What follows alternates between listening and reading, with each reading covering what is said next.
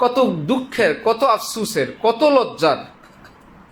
30 পারা কোরআনের হাফেজ, ইন্টারভিউতে ফার্স্ট, সেরা একজন হাফেজ কোরআন, এত সুন্দর কোরআনে পাক শুনাইলেন রমজান মাসে, খতমে তারাবি শুনাইলেন, পিছনে তার কত রকমের মুক্তাদি মুসল্লি।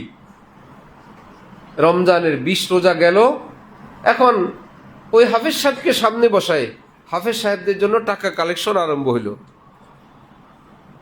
যে ভাই তারাবির টাকা দেন, সবাই তারাবির টাকা দিবেন, হাফেজ সাহেবরা আমাদেরকে তারাবি পড়াইছে, ওনাদেরকে টাকা দিতে হবে।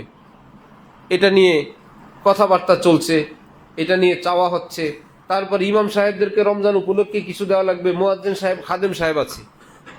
এই যে একটা কালচার, এই সমাজ ব্যবস্থার এই কালচার আমাদেরকে আরো ক্ষতি করছে, আরো ধ্বংস করছে। হেফজখানা থেকে আসলাম, হযরত আলা দামাত বারাকাতুহুমের নিকট এটা শুনলাম, খতমে তারাবির এই জিল্লতি, এই বেইজ্জতি এবং এই টাকার হালাল হারাম, কতটা সম্মানের টাকা, কতটা বরকতের টাকা। যে মসজিদে খতমে তারাবি পড়ানো হইতো সেই মসজিদে গিয়ে এলান করা হলো যে কোনো টাকা পয়সা আমার জন্য উঠাবেন না, মগবাজারে, পেয়ারাবাগ বড় মসজিদ। বলে কি এইটুকুন পিচ্ছি মানুষ,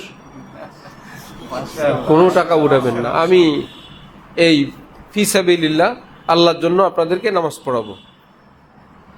ফতোয়া তো দেওয়া যাবে না, কারণ অতীতের হিস্টোরি অনেক লম্বা, আর এত মোকাবেলা কে করবে।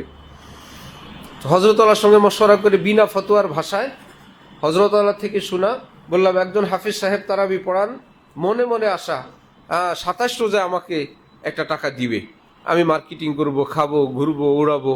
আরেকজন হাফেজ সাহেব তারাবি পড়ান, আমার কোনো 27 নাই, আমার আজকে যেমন 27ও তেমন, আমি শুধু আল্লাহর জন্য পড়াই। দুইজন ইমামের নিয়ত এবং মনের অবস্থা কি একরকম? আপনারা কোন ইমামের পেছনে নামাজ পড়তে চান? 27-এর অপেক্ষায় থাকে না বিনা অপেক্ষায় থাকে? তারপরেও তারা স্থানীয় কমিশনার, হোলি ফ্যামিলির কোন কমিটির লোক, অনেক গণ্যমান্য, মগবাজার এলাকা ইত্যাদি ইত্যাদি। এবং এটা কোনো সম্মানের হইল হাফেজ সাহেবদের সামনে ওনাদেরকে টাকা উঠান। পরের দিন বলল প্রতিদিন আবার ঢালকানগর আসি, পরের দিন এরা ঠিকঠাক করলো, ঠিক আছে আমরা এমনিতেই উঠাবো। বললাম এমনিতেই উঠাতে পারবেন এক শর্তেই, প্রথম টাকা উঠবে সভাপতি সাহেবের জন্য, দ্বিতীয়টা সেক্রেটারির জন্য, তৃতীয়টা হাফেজ সাহেবদের জন্য। যে ভাই সভাপতি সারা বছর মসজিদের খেদমত করেন, ওনার জন্য আপনারা সবাই যে যা দিবেন দেন, এটা প্রথম রুমাল।